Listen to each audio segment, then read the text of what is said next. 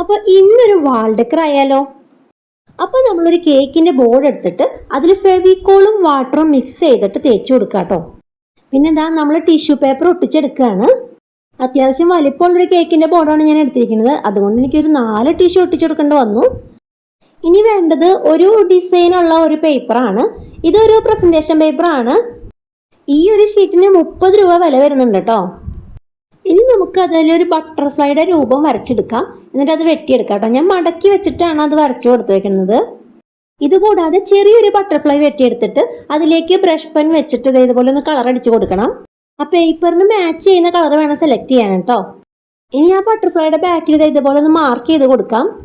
എന്നിട്ട് ആ മാർക്ക് ചെയ്ത ഭാഗം നോക്കിയിട്ട് ഇതുപോലെ കട്ട് ചെയ്തിട്ട് ഓരോ ചെറിയ ചെറിയ പീസുകൾ ഇങ്ങനെ എടുക്കാം കേട്ടോ. പിന്നെ നമുക്ക് നീളത്തിൽ കുറച്ച് പീസുകളും കൂടി ആവശ്യമുണ്ട്. അത് ഇതുപോലെ കട്ട് ചെയ്തെടുക്കാം. ഇനി നമുക്ക് നമ്മുടെ ബോർഡിലേക്ക് ഈ ബട്ടർഫ്ലൈനെ ഇങ്ങനെ ഒട്ടിച്ചു കൊടുക്കാം. ബട്ടർഫ്ലൈനെ ഫുള്ളായിട്ട് പശ തേച്ച് കൊടുക്കണം കേട്ടോ. ഇനി ഒരു ബ്ലാക്ക് കളർ മാർക്കർ വെച്ചിട്ട് നമുക്ക് ആ ബട്ടർഫ്ലൈയുടെ കൊമ്പില്ലേ അത് വരച്ചു കൊടുക്കാം. പിന്നെ നമ്മൾ കളർ ചെയ്ത് വെച്ചിരിക്കുന്ന ആ ഒരു ബട്ടർഫ്ലൈ അതിന്റെ സെന്ററിലായിട്ട് ഇങ്ങനെ ഒട്ടിച്ചു കൊടുക്കാം കേട്ടോ. പിന്നെ ഇത് നമ്മൾ നേരത്തെ കട്ട് ചെയ്ത് വെച്ചിരിക്കുന്ന ആ ചെറിയ ചെറിയ പീസുകളാണ്. അത് ഓരോന്നായിട്ട് നമുക്കത് ഇവിടെ ഇങ്ങനെ ഒട്ടിച്ചു കൊടുക്കേണ്ടതാണ്. അത് കാണില്ല എന്ന് വിചാരിച്ചിട്ടാണ് ഞാൻ കളർ അടിച്ചു കൊടുത്തത്. അടുത്തതിന് CD മാർക്കറും കൊണ്ട് ജസ്റ്റ് ആയിട്ട് ഇത് ലൈൻ പോലെ ഒന്ന് വരച്ചും കൊടുത്തു. പക്ഷെ പിന്നെ ഞാൻ ഓരോ സ്ട്രിപ്പുകളായിട്ട് ഇങ്ങനെ ഒട്ടിച്ചു കൊടുത്ത് നോക്കി. അപ്പോൾ വലിയ കുഴപ്പമില്ല, അതൊക്കെ കാണുന്നുണ്ട്. അപ്പോൾ ആ കളറിന്റെ ആവശ്യമില്ല. അതിൽ ചെറുതും വലുതുമായ ഓരോ സ്ട്രിപ്പുകൾ എടുത്തിട്ട് ഇതുപോലെ ഒട്ടിച്ചു കൊടുത്താൽ മതി കേട്ടോ. നമ്മൾ നേരത്തെ ആ ബട്ടർഫ്ലൈന്ന് വെട്ടിയെടുത്ത പീസുകളില്ലേ, അതും നമുക്ക് ഇതിന്റെ ഇടയിൽ ഒട്ടിച്ചു കൊടുക്കാം. അങ്ങനെ 2 സൈഡിലും നീ കാണുന്ന പോലെ ഒട്ടിച്ചു കൊടുക്കുക. അതിനുശേഷം മുകളിൽ കുറച്ച് സ്പേസ് ഉണ്ട്, അവിടെയും കൂടെയൊക്കെ ഒന്ന് ഒട്ടിച്ചു കൊടുക്കാം കേട്ടോ. ഇനി നമുക്ക് തീരെ ചെറിയ കുറച്ച് ബട്ടർഫ്ലൈസിനെ വെട്ടിയെടുക്കണം.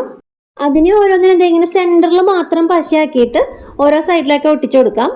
ഈ ബട്ടർഫ്ലൈസുകളെല്ലാം കൂടി ഒരുമിച്ച് ഇങ്ങനെ പറന്നു പോകുന്നൊരു ഫീലില്ലേ, ആ രീതിയിൽ നമുക്ക് അവിടെ ഇവിടെയൊക്കെ ആയിട്ട് ഒട്ടിച്ചെടുക്കാം കേട്ടോ. ഇനി നമ്മുടെ കുഞ്ഞു ബട്ടർഫ്ലൈസിന് കുഞ്ഞു കൊമ്പ് വരച്ചു കൊടുക്കാം കേട്ടോ. എല്ലാത്തിനും വരച്ചു കൊടുക്കണം. അപ്പൊ ഇതും കൂടി കഴിഞ്ഞു കഴിഞ്ഞാൽ നമ്മുടെ വർക്ക് ഇവിടെ പൂർത്തിയായി. അപ്പൊ നല്ല ഭംഗിയുള്ളൊരു വാൾ ഡെക്കർ ഇവിടെ റെഡി ആയിട്ടുണ്ട് കേട്ടോ. അപ്പൊ ഇത് ഇഷ്ടപ്പെട്ട് കഴിഞ്ഞാൽ തീർച്ചയായിട്ടും ലൈക്ക് അടിക്കണം കേട്ടോ. പിന്നെ സബ്സ്ക്രൈബ് ചെയ്യാൻ മറക്കരുത്, ഇപ്പൊ തന്നെ സബ്സ്ക്രൈബ് ചെയ്തോളൂ. പിന്നെ ക്രാഫ്റ്റ് ഇഷ്ടപ്പെടുന്നവർക്ക് ഒന്ന് ഷെയർ കൂടി ചെയ്ത് കൊടുക്കണം കേട്ടോ. ഇത് നല്ല സ്ട്രോങ് ആയിട്ടുള്ള ഡബിൾ സൈഡ് ടേപ്പ് വെച്ച് ഒട്ടിക്കണം കേട്ടോ. കുറച്ച് കട്ടിയുണ്ട് കേക്ക് ബോർഡിന്. അപ്പൊ അടുത്തൊരു വീഡിയോയുമായി ഞാൻ വേഗം തന്നെ വരാം. ബൈ.